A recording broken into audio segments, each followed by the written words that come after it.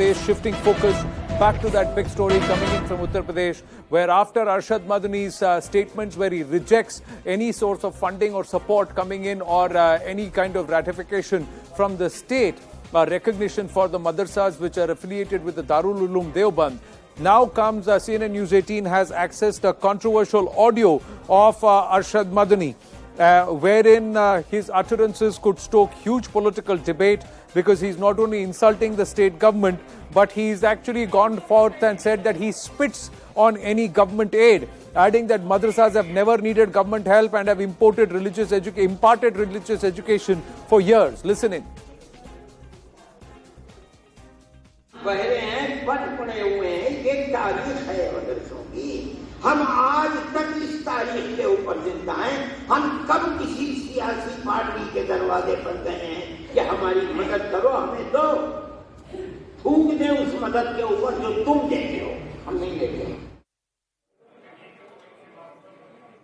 Tushar Gupta with us, senior editor Swarajya magazine. So this is the attitude of the Jamiyat Ulema-e-Hind, the head Arshad Madani. The Jamiyat Ulema-e-Hind been linked to various different aspects which have come back to perhaps hurt the entire social fabric and the structure of our country. But in this case, with the Deobandis taking a very, very strong position against just a survey of the madrasas that are running all across Uttar Pradesh. It's just a survey. That's what the government, Uttar Pradesh government has repeatedly said.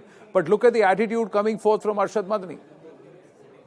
Good evening, Anand. Attitude until a certain limit was acceptable, but to say that he spits on any aid from the state government or any government is perhaps preposterous as it gets. So the first step should ideally be that the state government should cancel aid to any madrasa that does not cooperate with the surveys. I'm sorry, it's a blunt statement to make, but there is no other solution. At the end of the day, the state government has repeated the point that we're only here to understand the number of pupils in a school, the kind of scholarships they may need, the kind of resources they may need. We are not here to interfere with the religious teachings you're imparting. We are not here to interfere with the clerics who are there to impart that education. We are not here to decide the curriculum for you. We just want to know how many madrasas are operating, at what scale and with what number of students. How is that a problem? How is that warranting the statement that he spits on any aid by the state government? Even if the state government was not giving them any funds, hypothetically, even if the state government was not taking care of any madrasa, doesn't the government or the state have the right just to survey what's going on within the state? What kind of attitude is this? And number two, Anand, we keep focusing on the politics of it, the religious politics of it. The important point that we miss is the students. At the end of the day, these are students who are there in these madrasas, and it's their future we are talking about. One of the clerics said that, okay, we'll allow primary education up to class 5. We can allow that curriculum. But what after that? What kind of adults are you creating? What kind of citizens are you creating for the future economy? What do you want them to do once they grow up, go out in the world? They can't make a living just by the virtue of their religious teachings. They need the modern curriculum also, which is what the Prime Minister repeatedly has said, that ek haath mein Quran, ek haath mein computer. Why can't they go together? But that is something which Arshad Madani has openly rejected. We'd like to play out the audio that CNN News 18 has accessed first. And we'd also play out Arshad Madani's soundbite where he rejects the Prime Minister's suggestion of the Quran and the computer. He says, we don't want the computer at all. That's what we are happy only with the Quran. We do not want the computer at all. That's what he says. Let's listen into both again.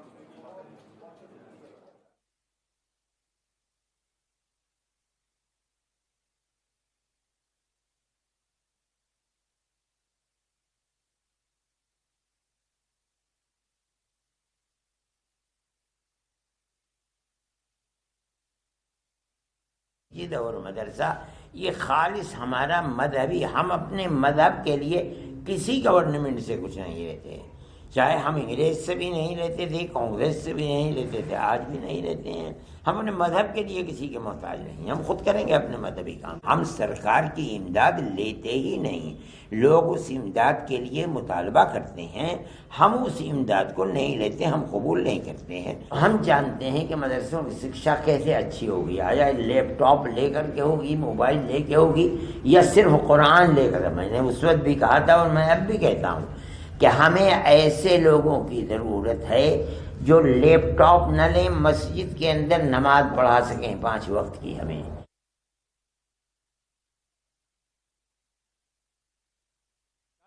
बहरे हैं, पट पड़े हुए हैं, ये तारीख है मदरसों की।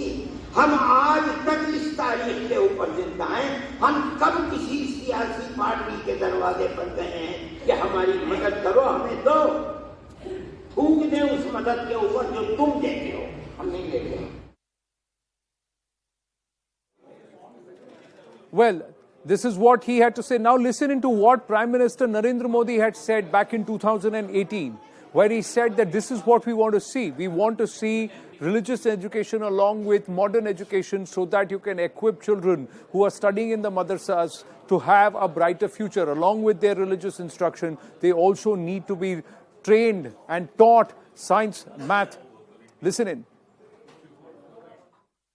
आपके जहन में युवाओं की तरक्की पर ही नहीं, उन्हें इंसानी उसूलों की तालीम पर भी तवज्जो है।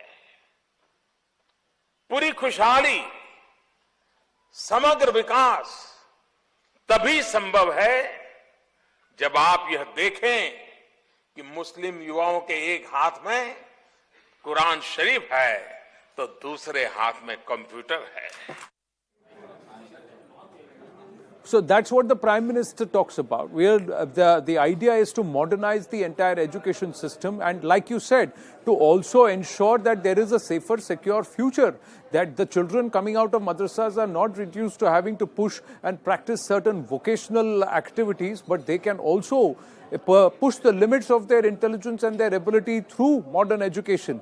But this is an outright rejection, and Deoband is not a small organization and Jamiyat is not a small organization, Tushar. The roots of Jamiyat Ulema Hind are spread far and wide, and for a lot of reasons their activities have been questioned. Starting with the halal certification game, where Jamiyat first surfaced, where the money from halal certification was being used to fund the cases of terror accused.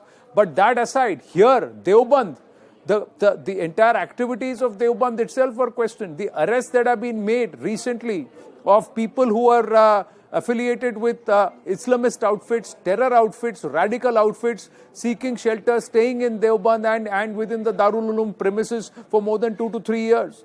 Multiple issues have been raised. Here, the fact is that there is just a survey and an audit, and the need to ensure that there is both kind of education that is given to secure children who are the future of children studying in the madrasa. At all levels, Madani seems to say, it's my way and I reject anything else. The language used itself shows the disdain. You know, Anand, the cleric in question is not spitting on government's aid. He might say that he is happy to spit on any government aid that might come his way. He's spitting on the future of these children. And the community now needs to introspect that are they willing to risk the future of their children? They can spit on the government aid today, but that doesn't make them automatically eligible for some grant in the future when they're unemployed. My simple question is, you may not need any aids for your madrasas. You may not want the state to interfere.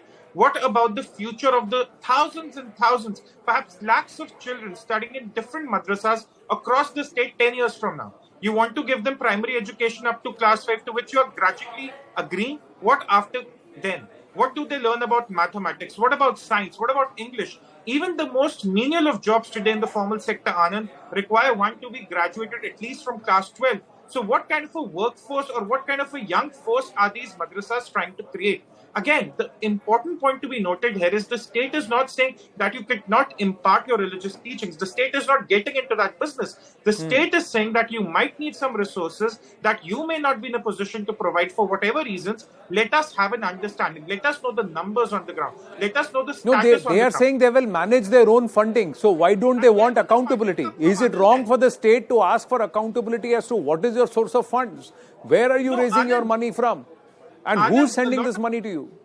Anand, a very simple analogy. A lot of private businesses in India do not need government support. A lot of private individuals in India do not need government support. So what does that mean? That they are not accountable before the state? That is not how it really works. I'm again saying they might not need the funds. The one question though is, where are the funds coming from? But that's a different